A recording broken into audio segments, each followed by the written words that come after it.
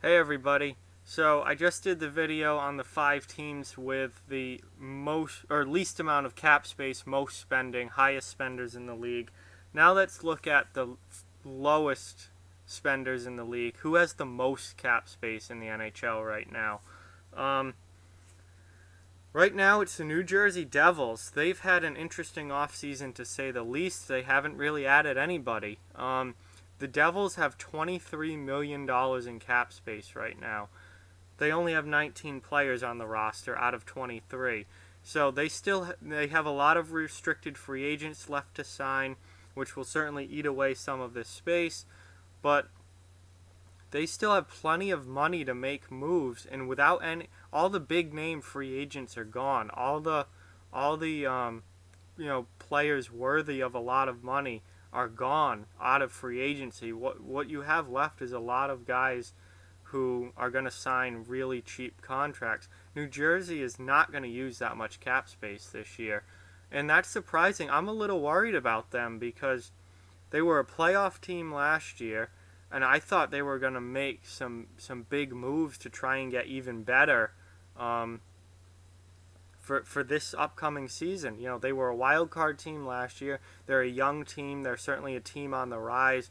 I thought they'd try and add some important players to to get better, and they haven't. They haven't really added anybody except for Eric Greiba and Curtis Gabriel, guys who are going to play probably in the minors. So I really don't know what New Jersey's doing or what the plan is here. I don't know if there's a big trade in the works or what's going on, but they have a ton of cap space left that they haven't used, and it looks like as of right now they're not going to use it, because even when they get their RFAs signed and things like that, they're still going to have a lot of cap space left. And that's really odd for a team that should have playoff aspirations and be a good team.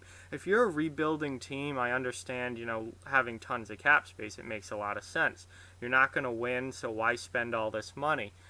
But when you're a playoff team and you're a team that should be getting better and eventually have Stanley Cup aspirations, generally those teams spend right up to the cap within a few $1,000,000. They're not a team that has $20+ million in cap space.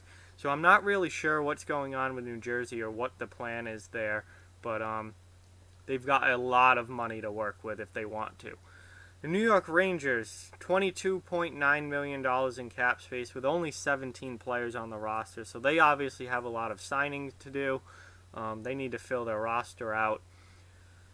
But again, I mean, it makes sense for the Rangers to have this much cap space. They are a rebuilding team. They know they're a rebuilding team, and they're not going to spend all this money for no reason. So they have cap space. I was a little surprised that they didn't really do anything in free agency, but who wants to go to the Rangers right now, especially if you're a high-end free agent looking, for probably to win? You're not going to do that in New York this season. So, yeah, the Rangers, they have restricted free agents to deal with. They have a roster to fill out.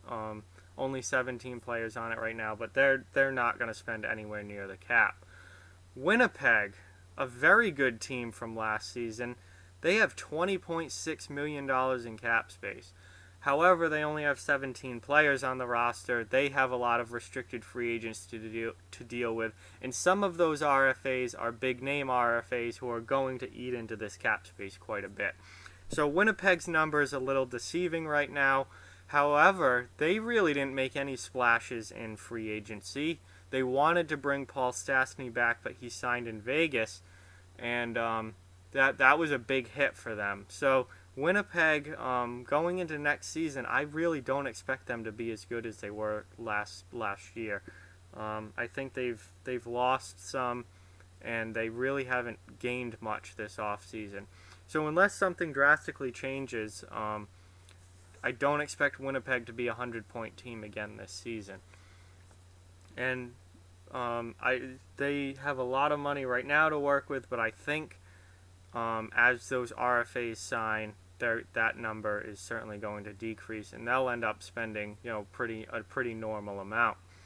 Ottawa, God, they're going to stink next year.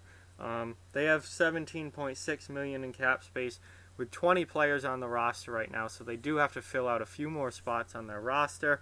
But don't expect them to spend anywhere near the cap. They have no reason to. They are going to stink next year. And lastly, the New York Islanders.